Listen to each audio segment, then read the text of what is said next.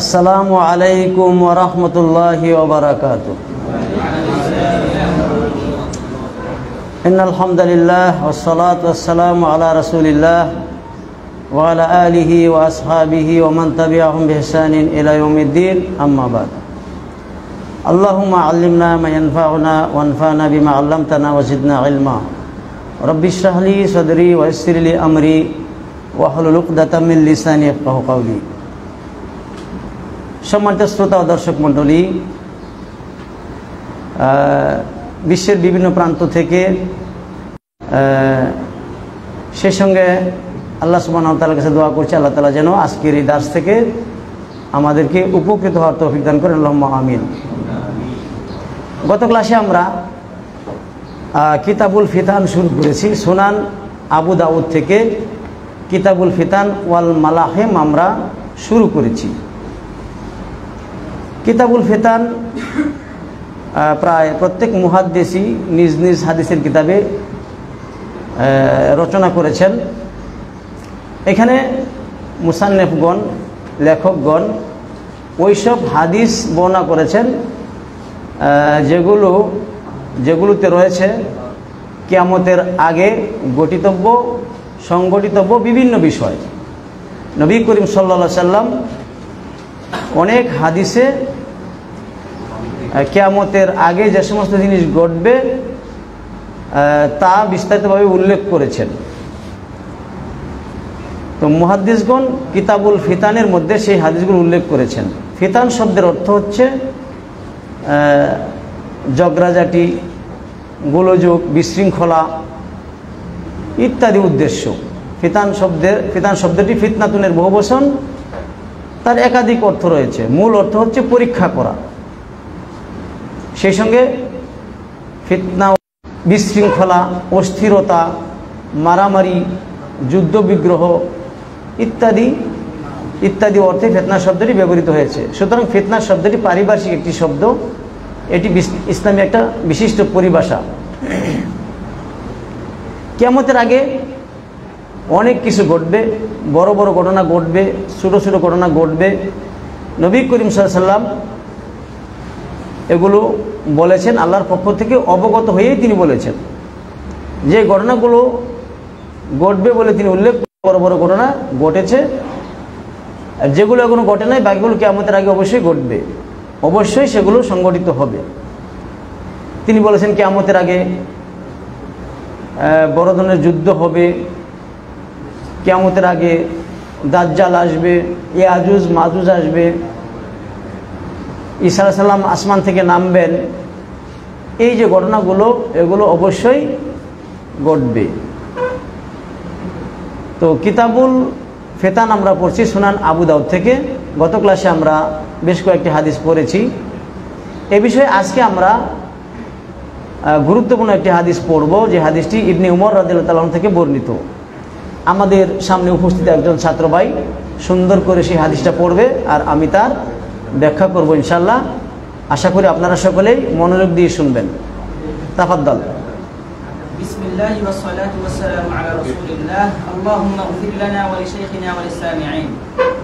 ক্বালা আবু দাউদ রাহিমাহুল্লাহ, আউয়ালু কিতাবিল ফিতানি ওয়াল মালাহিম। قال رحمه الله: حدثنا يحيى بن عثمان بن سعيد الحمصي قال حدثنا أبو المغيرة قال حدثني عبد الله بن سالم قال حدثني العلاء بن عتبة عن عمير بن هانئ العنزي قال سمعت عبد الله بن عمر يقول: كنا قعودا عند رسول الله صلى الله عليه وسلم فذكر الفتن فأكثر في ذكرها. نعم. ذكر فتنة الأحداث. حسبك. قال عمير بن هاني العنزي قال سمعت عبد الله بن عمر। উমাইর ইবনে হানি আল আনসি বলেন, আমি আব্দুল্লাহ ইবনে ওমর রাদিয়াল্লাহু তাআলা কে বলতে শুনেছি। কি শুনেছি? আব্দুল্লাহ ইবনে ওমর রাদিয়াল্লাহু তাআলা বলেন, কুন্না কুউদান ইনদা রাসূলিল্লাহি সাল্লাল্লাহু আলাইহি সাল্লাম, আমরা একদা রাসূলুল্লাহ সাল্লাল্লাহু আলাইহি সাল্লামের পাশে বসা ছিলাম। কুউদান অর্থ হচ্ছে কাঈদিন, এটা মাজদার, কিন্তু ইসমুল ফাইল এর অর্থে ব্যবহৃত হয়েছে। এরকম ব্যবহার প্রচুর হয়ে থাকে, ব্যবহৃত হয় মাজদার হিসাবে, অর্থ হয় ইসমুল ফাইলের, অর্থাৎ কুন্না কাঈদিনা ইনদা রাসূলিল্লাহ, আমরা রাসূল সাল্লামের পাশে একদা বসা ছিলাম। এটি ছিল সাহাবীদের অন্যতম একটা অভ্যাস রীতি। তারা নবী করিম সাল্লাল্লাহু আলাইহি ওয়াসাল্লামের পাশে বসে থাকতেন।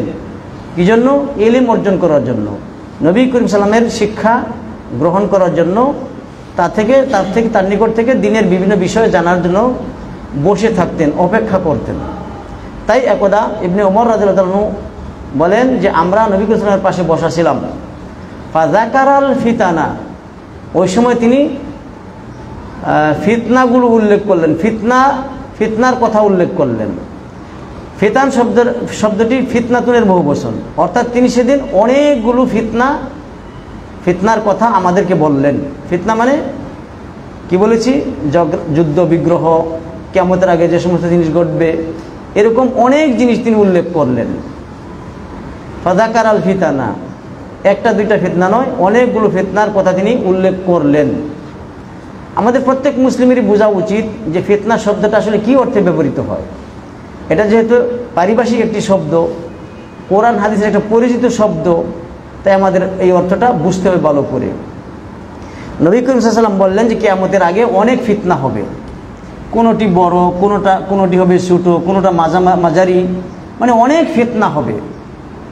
ফিতনা মানে শান্তি শৃঙ্খলার বিপরীত যা কিছু ঘটে সেটাই হচ্ছে ফিতনা। ফিতনা অর্থ হচ্ছে অকল্যাণকর জিনিস, ক্ষতিকর জিনিস,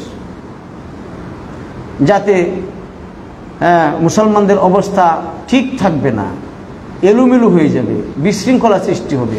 নবী করিম সাল্লাল্লাহু আলাইহি ওয়াসাল্লামের জামানায়, সাহাবীদের জামানায়, খোলাফায়ে রাশিদিনের জামানায় যেরকম ছিল সেরকম থাকবে না, ইসলাম প্রতিষ্ঠিত থাকবে না, মুসলমানরা ঐক্যবদ্ধ থাকবে না, তাদের মধ্যে বিশৃঙ্খলা দেখা দেবে, যেটা হচ্ছে অপ্রিয়, অকাম্য।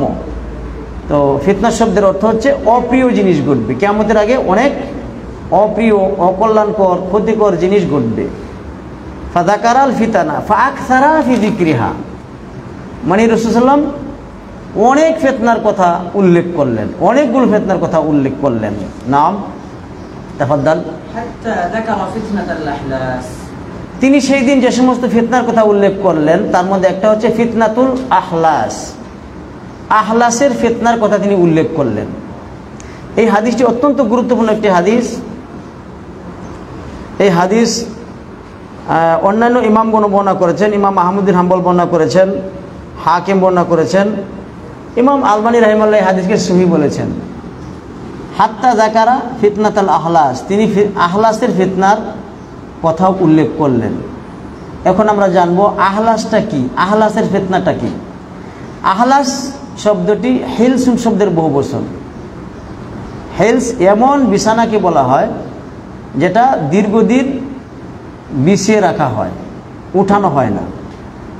দীর্ঘদিন বিছিয়ে রাখার কারণে যেটা অত্যন্ত পুরাতন হয়ে যায়, কালো হয়ে যায়, এরকম বিছানাকে বলা হয় হেলস, বহুবচন আহলাস। অথবা হিলস শব্দের অর্থ হচ্ছে উট বা ঘোড়ার পিঠের উপরে যেই মোটা কাপড় বিছানো হয়, যে মোটা বিছানো হয় সেটা হচ্ছে হেলস, যেটা সবসময় উটের পিঠে বা ঘোড়ার পিঠে বাঁধাই থাকে এবং তার উপরে থাকে আরোহীর গদি। আগে থাকে সেই মোটা কাপড়ের বিছানা, তার উপরে থাকে গদি, এই গদির উপরে বসে আরোহী। এই যে নিচের বিছানা, গদির নিচের বিছানাটা যেটা ঘোড়ার বা উটের মানে পিঠের সাথে লাগা থাকে, এটা কিন্তু দীর্ঘদিন পর্যন্ত থাকে। থাকতে থাকতে থাকতে সেটা কি হয়ে যায়? কালো হয়ে যায়, ময়লাযুক্ত হয়ে যায়।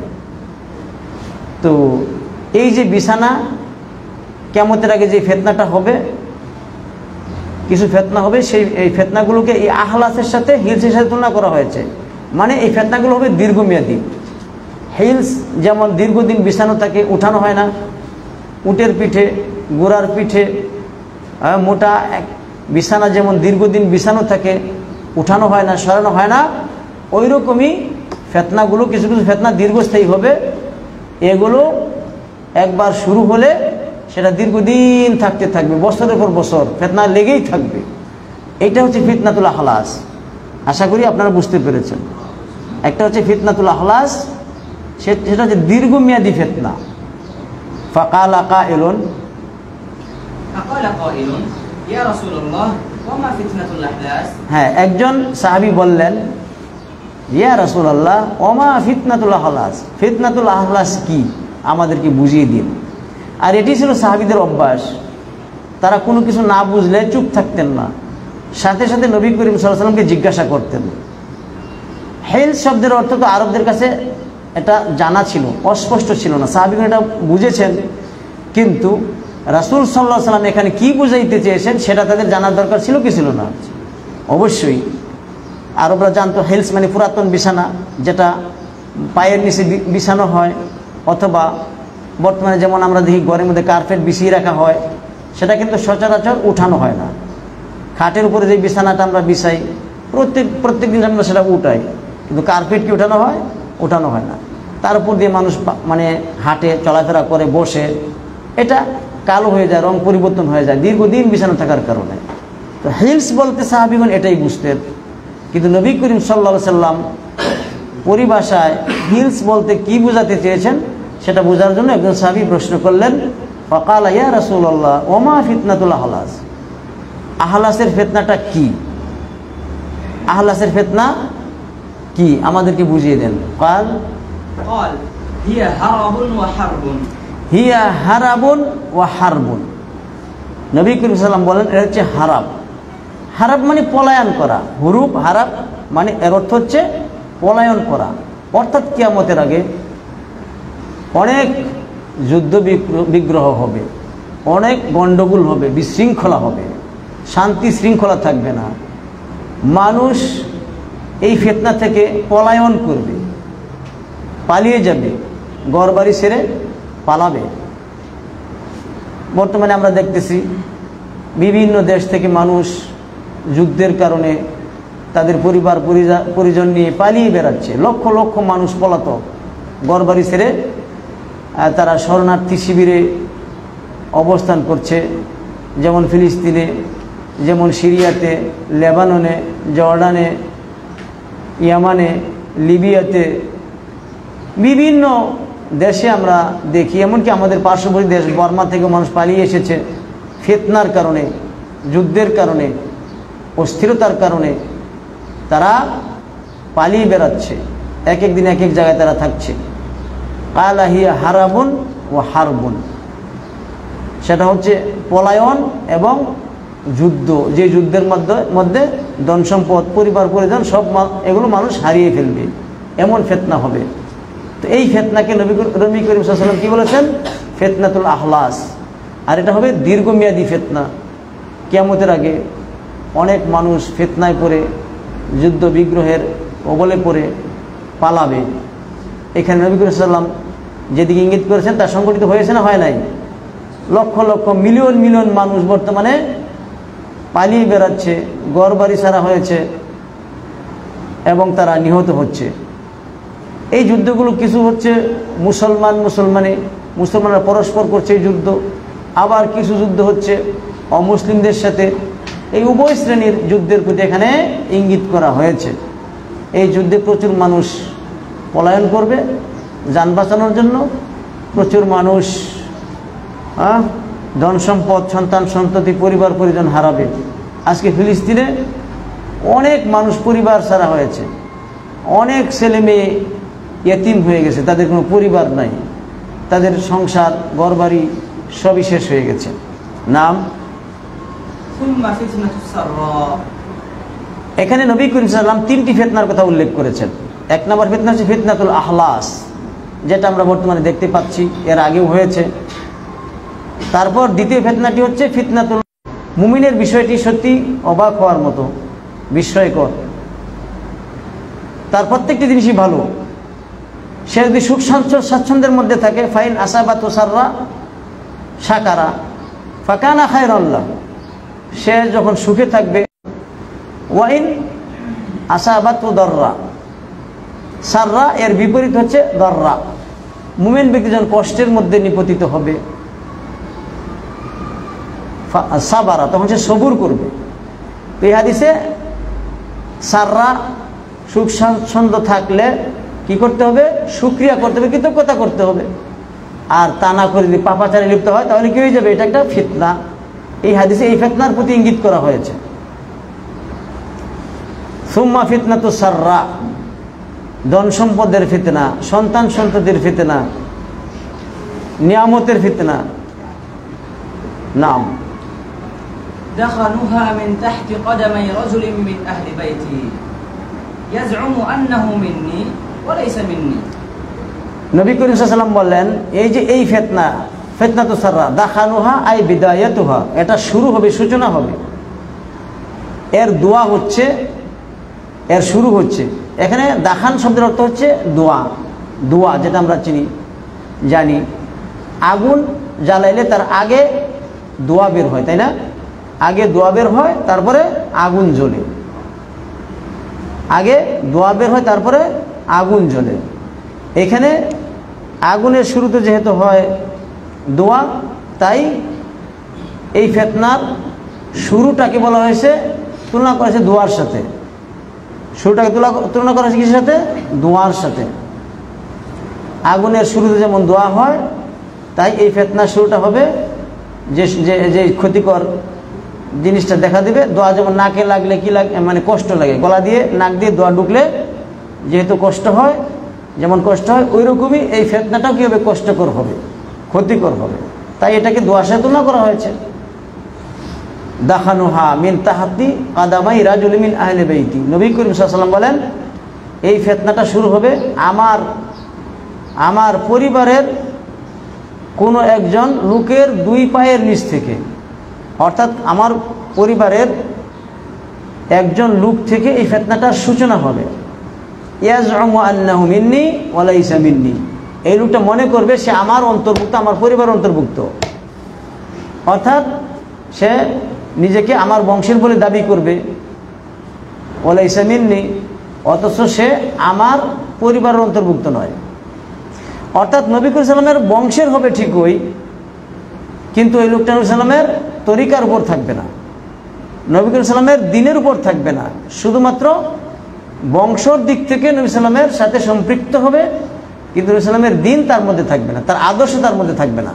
এমন একটা লোকের মাধ্যমে এই ফিতনাতু সাররা এর শুরু হবে। আসলে বংশগত সম্পর্কটা আসল সম্পর্ক নয়। দুই মুমিনের মাঝে, মুসলিমের মাঝে আসল সম্পর্ক কোনটা? হ্যাঁ, আকীদার সম্পর্ক, দ্বীনের সম্পর্ক, ধর্মের সম্পর্ক, এটাই হচ্ছে প্রকৃত সম্পর্ক। আর এটাই হবে উপকারী না। বংশগত সম্পর্ক কি নয়, কোনো কাজে আসবে না। আবুল আহাব নবী করিম সাল্লামের বংশের ছিল, তার বংশটা সম্ভ্রান্ত বংশ ছিল, নবী করিম সাল্লামের সরাসরি আত্মীয় ছিল, কোন কাজে আসবে? কোনো কাজে আসবে না। সুতরাং শুধু ইসলামের বংশের বলেই যথেষ্ট হবে না, তার দ্বীনের উপরে যারা থাকবে তারাই নবী করিম সাল্লামের প্রকৃত পরিবার, প্রকৃত অনুসারী।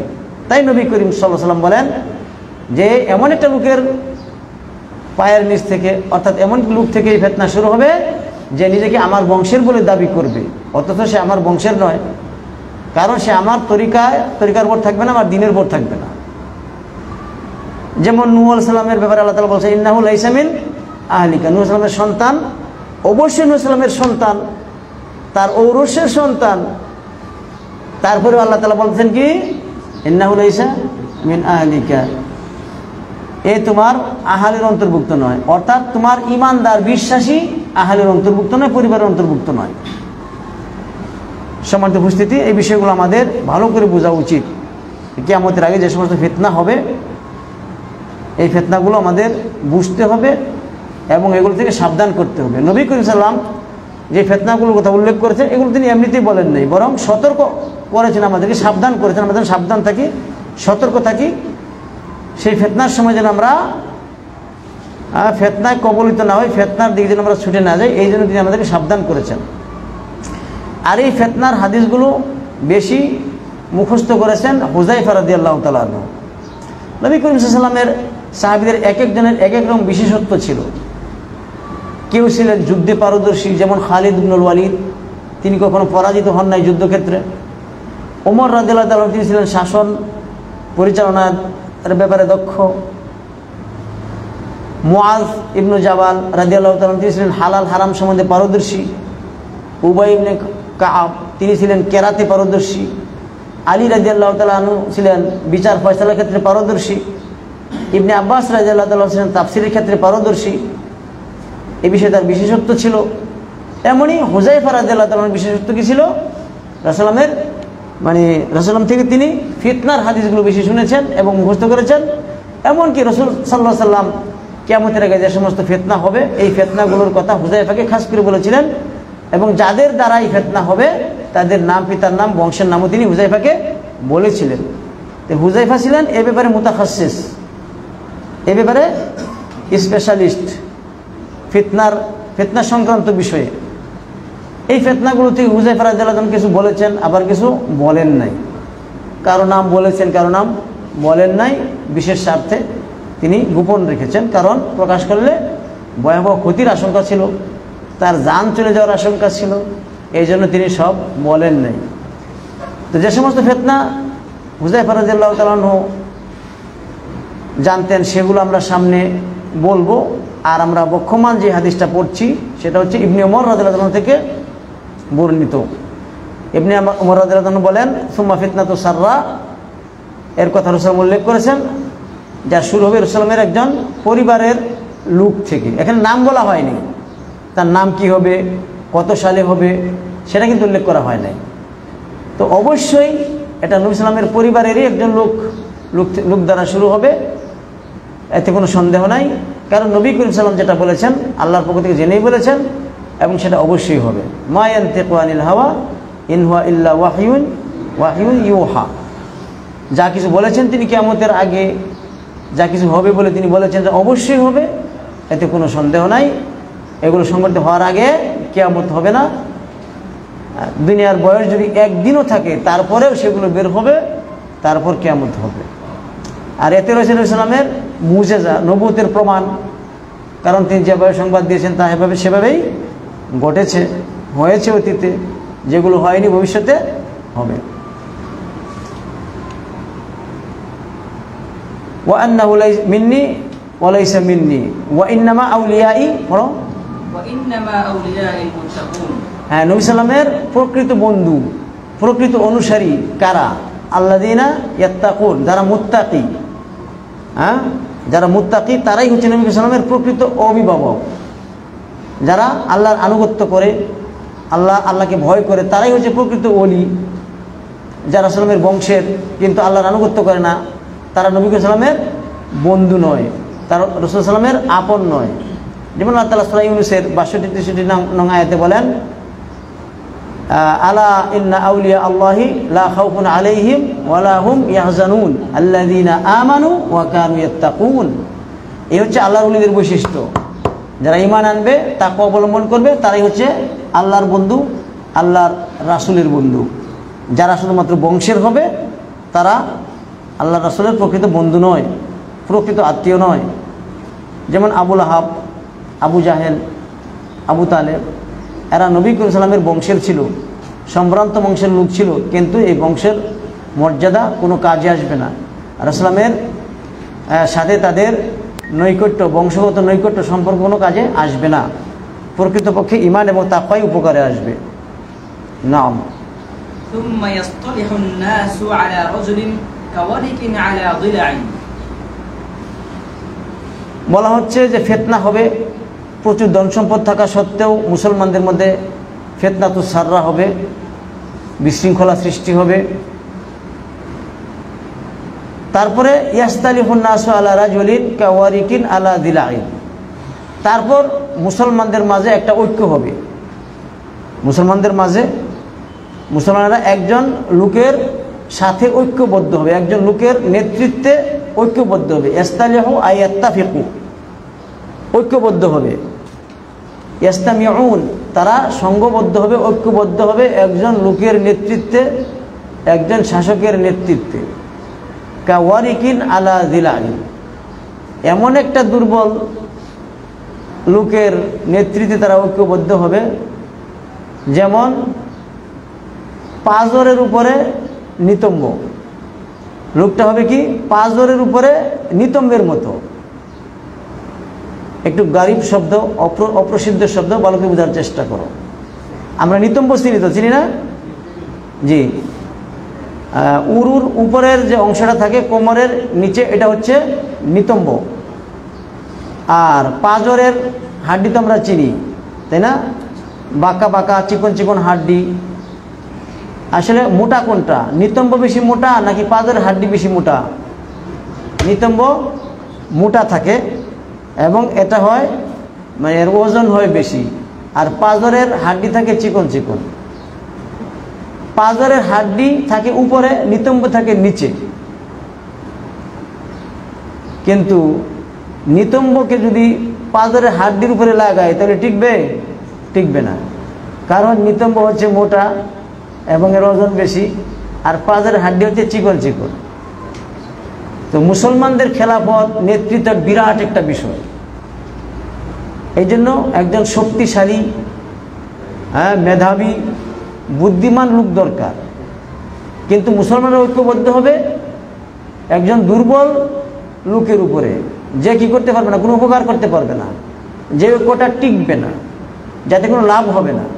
যেমন পাঁজরের হাড্ডির উপরে নিতম্বকে লাগিয়ে দিলে যেমন দুর্বল থাকবে, অ্যাডজাস্ট হবে না, ওই রকমই। বুঝে আসছে? কা ওয়ারিকিন আলা দিলাইন, এই লোকটা হবে কি পাঁজরের হাড্ডির উপরে নিতম্বের মতো। পাঁজরের হাড্ডির উপরে নিতম্ব বসাইলে যেমন টিকে না, ওই রকমই এই ঐক্য টিকবে না। হ্যাঁ, খেলাফতের বিষয়, দায়িত্বের বিষয়, ইমারতের বিষয়, মুসলমানদেরকে পরিচালনার বিষয়টা একটা বিরাট বিষয়। এই জন্য শক্তিশালী, বুদ্ধিমান, সাহসী, বীর পুরুষের দরকার আছে। মোট কথা ফিতনা থেকেই যাবে, যদি মুসলমানেরা ঐক্যবদ্ধ হবে, দুর্বল লোকের উপর হবে সেই ঐক্য, এতে কোনো কাজ হবে না। এরপরে আসবে দুহাইমা এর ফিতনা। এই হাদিসে 3টা ফিতনার কথা উল্লেখ করা হয়েছে। বিশেষ করে একটা হচ্ছে ফিতনাতুল আখলাস, ফিতনাতুল সাররা, তারপরে ফিতনাতুল দুহাইমা। দুহাইমা অর্থ হচ্ছে অন্ধকার, কালো, অন্ধকারাচ্ছন্ন ফিতনা। এমন ফিতনা যেটা ব্যাপকভাবে ছড়িয়ে যাবে, পুরা দুনিয়াটা একবারে অন্ধকারাচ্ছন্ন হয়ে যাবে। মানে সত্য মিথ্যা একেবারে অস্পষ্ট হয়ে যাবে। অন্ধকার রাত্রে যেমন কিছুই দেখা যায় না, নিজের হাত বের করলে হাত সাদা না কালো তাও বোঝা যায় না, ফিতনাটা ওইরকমই হবে। যেখানে সত্য মিথ্যাকে পার্থক্য করা কি হবে? কঠিন হবে। সত্য মিথ্যা বোঝা যাবে না, এমন ফিতনা হবে। নবী করিম সাল্লাল্লাহু আলাইহি ওয়াসাল্লাম এখানে উল্লেখ করলেন সুম্মা ফিতনাতুদ দুহাইমা। দুহাইমা এর ফিতনা এটা কি? ওয়াসিল ইকরা পড়ো। লা তাদউ আহাদান মিন হাদিহি উম্মতি ইল্লা লাতামাতহু লাতমাতান। এই যে ফিতনাতুদ দুহাইমা, লা তাদাউ আহাদান, এত ছড়িয়ে পড়বে যে সারা দুনিয়ায় ছড়িয়ে পড়বে। লা তাদাউ আহাদান মিন হাদিল উম্মাহ, এই উম্মতের কাউকে ছাড়বে না। ইল্লা লাতামাতহু, কাউকে চপেটাঘাত না করে ছাড়বে না, মানে কাউকে পাকড়াও না করে ছাড়বে না, মানে সবাইকেই এই ফিতনায় আক্রান্ত করবে। লাতমা শব্দের অর্থ হচ্ছে চেহারার মধ্যে চর মারা, চপেটাঘাত করা। লাতামা ইয়ালতুমু, চর মারা, মানে সবার কাছেই ফিতনাটা পৌঁছে যাবে। লা তাদাউ আহাদান মিন হাদিল উম্মাহ ইল্লা লাতামাতহু লাতমাতান, মানে সবার কাছে, প্রত্যেকটা ঘরে, প্রত্যেকটা ব্যক্তি ফিতনা কম বেশি জড়িয়ে পড়বে। আমরা আল্লাহর কাছে এই ফিতনা থেকে আশ্রয় চাই। আল্লাহুম্মা আমিন। আল্লাহ তাআলা যেন আমাদেরকে ফিতনা থেকে রক্ষা করেন। চলো। ফাইদা কিলা ইনকাদাত তামাদাত ইসবিহু আর-রাজুলু ফিহা। ফাইদা কিলা ইনকাদাত তামাদাত, এই ফিতনাটা এত লম্বা হবে, এত দীর্ঘ হবে, যখন ধারণা করা হবে যে এটা তো শেষ হয়ে যাচ্ছে, এই শেষ হয়ে যাবে, তামাদাত, তখন আর ওইটা বাড়তেই থাকবে। উসমান রাদিয়াল্লাহু আনহু হত্যার পর থেকে এই যে ফিতনা শুরু হয়েছে, এই ফিতনা আর কখনো বন্ধ হয়নি। উসমান রাদিয়াল্লাহু আনহু হত্যার পর থেকে যে ফিতনা শুরু হয়েছে মুসলমানদের মাঝে, সেই ফিতনা আর এখন পর্যন্ত শেষ হয়নি, এমনকি কিয়ামতের আগে আর বন্ধ হবে না। উসমান রাদিয়াল্লাহু আনহু নিহত হয়েছেন, তারপর আলী এবং মুয়াবিয়া রাদিয়াল্লাহু আনহুর মধ্যে কী হয়েছে, সিফফিনের যুদ্ধ হয়েছে, এগুলোও ফিতনা। তারপর জামালের যুদ্ধ হয়েছে, উষ্টের যুদ্ধ, এটাও একটা বিরাট বড় ফিতনা, খারিজের ফিতনা। এই ফিতনায় পরে খালিফাতুল মুসলিমিন, ইসলামের চতুর্থ খলিফা আমিরুল মুমিনিন আলী রাদিয়াল্লাহু আনহু নিহত হয়েছেন। হুসাইন রাদিয়াল্লাহু তাআলা আনহু কারবালা শাহাদাত বরণ করেছেন। এই ফিতনা, এই যে এই সবগুলি ছিল ফিতনা। এই ফিতনার কবলে পড়ে অনেক সাহাবী, অনেক মানুষ নিহত হয়েছেন, অনেক ক্ষতি হয়েছে, জান এবং মালের ক্ষতি হয়েছে। এমনকি আয়েশা রাদিয়াল্লাহু তাআলা আনহাও এই ফিতনায় প্রায় পড়ে গিয়েছিলেন। তিনিও এই ফিতনার শিকার হয়েছেন, তিনিও ঘর থেকে বের হয়েছিলেন, যেটা ইতিহাসের কিতাবগুলোতে উল্লেখ আছে। সম্মানিত উপস্থিতি, প্রিয় শ্রোতা ও দর্শক মণ্ডলী, এই সবগুলি হচ্ছে ফিতনা। এখানে সত্য মিথ্যা অস্পষ্ট ছিল, অনেকের কাছে সত্য মিথ্যা অস্পষ্ট ছিল। সুতরাং ফিতনার সময় যেহেতু সত্য মিথ্যাটা বোঝা যায় না, যার কাছে অস্পষ্ট হবে তার উচিত হবে এই সমস্ত ফিতনায় না যাওয়া, এখান থেকে দূরে থাকা। এই জন্য ইমাম ইবনুল কাইয়িম রাহিমাহুল্লাহ বলেছেন, আলী এবং মুয়াবিয়ার মধ্যে যে যুদ্ধ হয়েছে, এই যুদ্ধে উভয় দলের দাবি সত্য ছিল, উভয় দলের দাবি সত্য ছিল, কিন্তু আলী রাদিয়াল্লাহু তাআলা আনহুর দাবিটা ছিল সত্যের অধিক নিকটবর্তী, সত্যের অধিক নিকটবর্তী। সম্মানিত উপস্থিতি, আর যারা একদম বিরত ছিল তারা ছিল একবারে নিরেট খাঁটি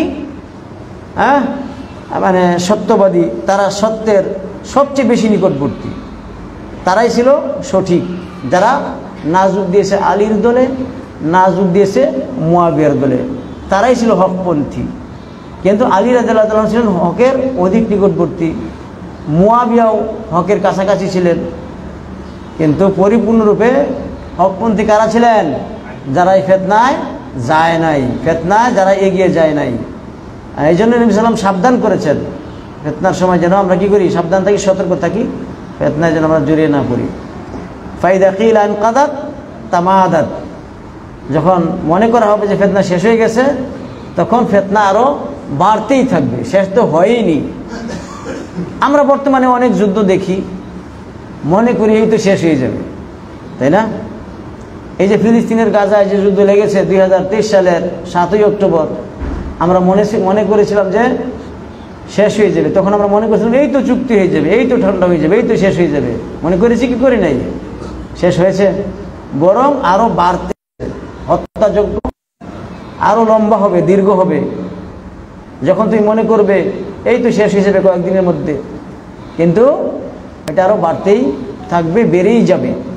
যেমন আমরা আমাদের দেশে অনেক সময় মনে করি এই তো এখন ফিতনা হচ্ছে, এই তো শেষ হয়ে যাবে কয়েকদিনের মধ্যেই। কোনো ফিতনা কি শেষ হয়েছে? না, আরও বাড়তেই আছে, বাড়তেই থাকবে। চলো,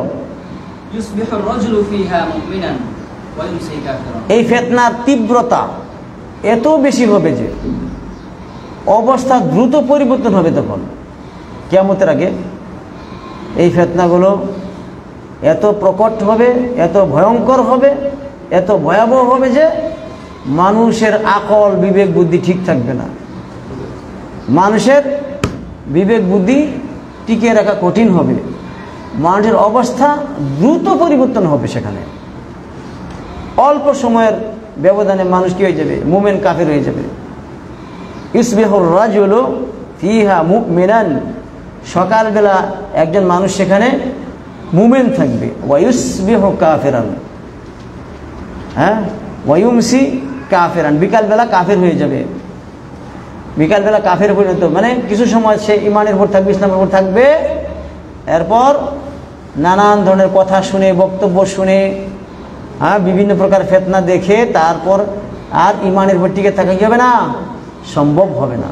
বর্তমানে আমরা দেখছি সকালে একজন মানুষ মুমিন হিসাবে আছে, এখানে অল্প সময় উদ্দেশ্য, মানে অল্প সময়ের ব্যবধানে মানুষ কী হয়ে যাবে? পরিবর্তন হয়ে যাবে। আমরা দেখি একজন বক্তা প্রথমে খুব ভালো ওয়াজ করে, আলোচনা করে, দিনের উপর থাকে, কিছুদিন পরে শোনা যায় সে কী হয়ে গেছে? হিজবুত তাহরীরে যোগ দিছে, তাই না? অমুক ফেরকায় যোগ দিয়েছে, অমুক দলে যোগদান করেছে, অমুক আকীদা পোষণ করতেছে। এই ফিতনার কবলে পড়ে মানুষ দ্রুত পরিবর্তন হয়ে যাবে, ইমানের উপরে দিনের উপরে টিকে থাকাটা কঠিন হয়ে যাবে। সত্যটা মিথ্যার সাথে মিশে যাওয়ার কারণে অস্পষ্ট হয়ে যাবে। মুমিন ইমান নিয়ে টিকে থাকতে পারবে না, অল্প সময়ের ব্যবধানে তার অবস্থা পরিবর্তন হয়ে যাবে, কাফেরে পরিণত হবে। ওয়ায়ুমসি কাফেরান। পরিশেষে এখানেই শেষ নয়, আরও আছে, আরও অবস্থা ভয়াবহ হবে। চলো, পরিশেষে মানুষ কিয়ামতের আগে পূর্ব মুহূর্তে, এটা দুনিয়ার একদম শেষ বয়সের কথা এখানে বলা হয়েছে, যার পরে পৃথিবী আর বেশি দিন টিকবে না। হাত্তা ইয়াসিরান নাসু ইলা ফুস্তাতাইন। মানুষ দুইটা দলে বিভক্ত হবে। ফুস্তাতাইন আয় জামাআতাইন, দুই দলে বিভক্ত হবে। ফুস্তাত দ্বিবচন হচ্ছে ফুস্তাতাইন। মানুষ দুই ভাগে ভাগ হয়ে যাবে। ওই সময় যত মানুষ পৃথিবীর উপর বেঁচে থাকবে, বিদ্যমান থাকবে, তারা দুই দলে বিভক্ত হয়ে যাবে, দুইটা শিবিরে বিভক্ত হবে। দুই দল, দুই শিবির, দুইটা তাঁবুতে তারা আশ্রয় নেবে। নাম একটা দল হবে ইমানদারদের দল, মুমিনদের দল, লা নিফাকা ফি, খালেস মুমিনরা একটা তাঁবুতে থাকবে, একটা দলের মধ্যে থাকবে, একটা দলের মধ্যে থাকবে খাঁটি ইমানদার, লা নিফাকা ফি, তাদের মধ্যে কোনো কুফরি নিফাকি থাকবে না, তাদের মধ্যে নিফাকি থাকবে না। নিফাক কাকে বলা হয়? ইযহারুল ইসলাম ওয়া ইবতানুল কুফর। ইসলাম প্রকাশ করা আর অন্তরে কুফরি গোপন করা, এটার নাম কি? নিফাক। নিফাক মানুষ অনেক নিফাকি গোপন রাখে, মানে কুফরি গোপন রেখে ইমান প্রকাশ করে স্বার্থের কারণে, জানের ভয়ে, স্বার্থ লাভের জন্য মানুষ কি করে? মুখে মুখে ইসলাম প্রকাশ করে, কিন্তু অন্তরে ইসলামের প্রতি বিদ্বেষ পোষণ করে। ওবাদিন তাফাদ্দাল। আরেকটা দল হবে কাফেরদের দল, মুনাফিকদের দল। এদের মধ্যে ইমান বলতে কিছু থাকবে না, অর্থাৎ ওই সব মুসলমানেরা, মুমিনরা দুই ভাগে ভাগ হয়ে যাবে কিয়ামতের পূর্ব মুহূর্তে। ঈসা আলাইহিস সালামের মানে আগমনের সময়, মাহদি আগমনের সময়, হয় মুমিন না হয় কাফের, এই দুই দলে বিভক্ত হয়ে যাবে মানুষেরা, লোকেরা। চলো, তখন মুসলমানদের একটা শক্তি হবে, ইমানি শক্তি হবে। ইমানদাররা একটা দলে আশ্রয় নেবে, একটা দলে ঐক্যবদ্ধ হবে। এরকম যখন হবে, ফান্তাজিরু আদ-দাজ্জাল, তখন তোমরা দাজ্জালের অপেক্ষা করো। তখন দাজ্জাল চলে আসবে ওই কাফের শক্তিকে মানে সাহায্য করার জন্য। মুমিনদের যে দল থাকবে, শক্তি থাকবে, ঈসা আলাইহিস সালামের নেতৃত্বে, মাহদির নেতৃত্বে, ওই শক্তিকে ধ্বংস করার জন্য আসবে কে? দাজ্জাল আসবে। ফান্তাজিরুদ দাজ্জাল মিন ইয়াউমিহি আও মিন গাদিহি, ওই দিনই, যেই দিন মুসলমানেরা একটা দলে যোগ দিবে, কাফেররা আরেকটা তাগুতে যোগ দিবে, ওই দিন বা তারপরের দিন কি? দাজ্জাল চলে আসবে।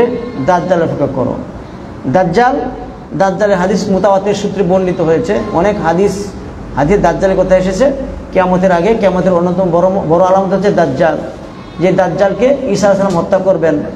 ফিলিস্তিনের লুদ গেইটের নিচে দাজ্জালকে ঈসা আলাইহিস সালাম বর্ষা দ্বারা আঘাত করবেন এবং নিহত হবে দাজ্জাল, এবং নিহত হবে সমস্ত ইহুদি মুসলমানদের হাতে। তো ওই সময়টা হবে কিয়ামতের কিছু সময় পূর্বে। যখন সেই সময়টা হবে, মুসলমানরা একটা দলে বিভক্ত হবে, কাফের আরেক দলে বিভক্ত হবে, দুই দলের মধ্যে তুমুল যুদ্ধ হবে। ওই যুদ্ধটা যখন হবে, দুই দল যখন বিভক্ত হবে, ফান্তাজিরুদ দাজ্জাল, তখন দাজ্জাল আসবে। এই মর্মে আরও হাদিস সামনে আসতেছে, সেগুলো আমরা ধীরে ধীরে বুঝে বুঝে পড়ার চেষ্টা করব, এবং ফিতনা থেকে আমরা সাবধান থাকবো, সতর্ক থাকবো। আল্লাহ সুবহানাহু ওয়া তাআলা যেন আমাদেরকে সমস্ত ফিতনা থেকে হেফাজত করেন, আল্লাহুম্মা আমিন। এই ফিতনার হাদিসগুলো এসেছে আবু দাউদে বিস্তারিতভাবে, এসেছে সহিহ বুখারীতে। দাজ্জাল